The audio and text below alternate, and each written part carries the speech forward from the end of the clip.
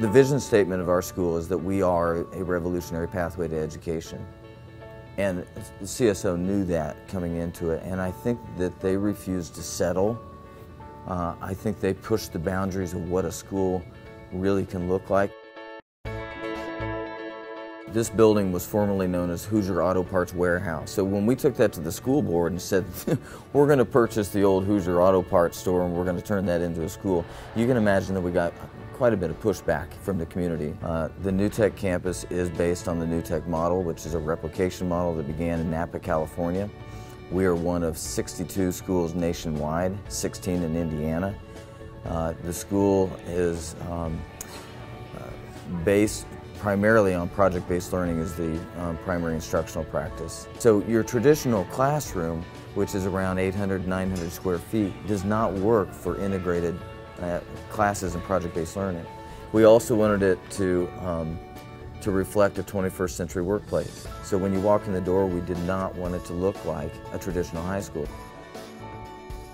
Well, I think we learn completely different here because we relate everything to real-world situations, and it's all project-based. Sometimes we have classes with small numbers, so those we have smaller studios, or we have the still bigger studios where we can spread out and do our collaboration work.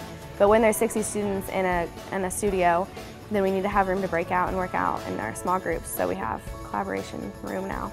And we can honestly say that there's nothing about this facility that's holding us back. So I really think it lends itself to not just the variety of group sizes and so forth, but just the variety of needs that kids have.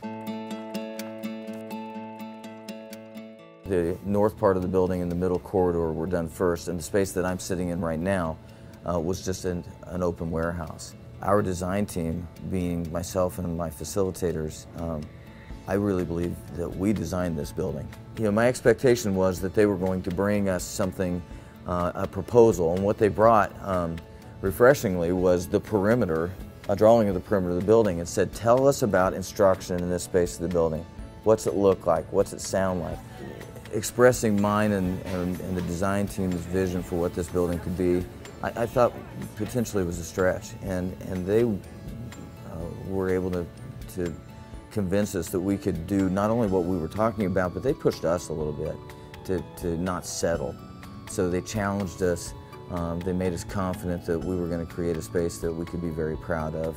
Yeah, I'm definitely proud of our school and proud of what we do. We have a lot of visitors that come in, and we get to talk to people about what our school's about, and we're a part of all of that, and we're bragging on ourselves kind of whenever people come in, but it's just a good feeling. I think everybody this year and in future years will continue to use the space as well as it can be used and make more great things happen.